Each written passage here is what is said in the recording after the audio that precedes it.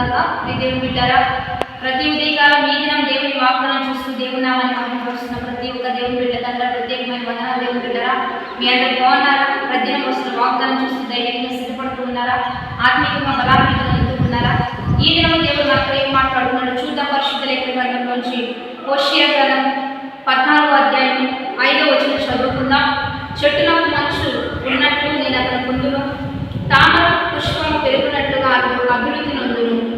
ఈరోజు దేవుడు బిడ్డరా, దేవుడు మనతో మాట్లాడుతున్నాడు. చెట్టునకు మంచు ఉన్నట్టు నేను అతనికి తోడై ఉండును, తామర పుష్పము పెరిగి అభివృద్ధి పొందినట్లుగా నేను అతన్ని అభివృద్ధి పొందించేదని దేవుడే ఈరోజు మనందరికీ బలమైన వాక్కులు ఇస్తున్నాడు. దేవుడే తెలియజేస్తున్నాడు. కాబట్టి ఒక చెట్టునకు మంచు ఏ రీతిగా చక్కగా అందంగా అంటి పెట్టుకొని ఉంటుందో, దేవుడు మనల్ని ఆ రీతిగా మనకు తోడై ఉండి మనల్ని నడిపిస్తానంటున్నాడు.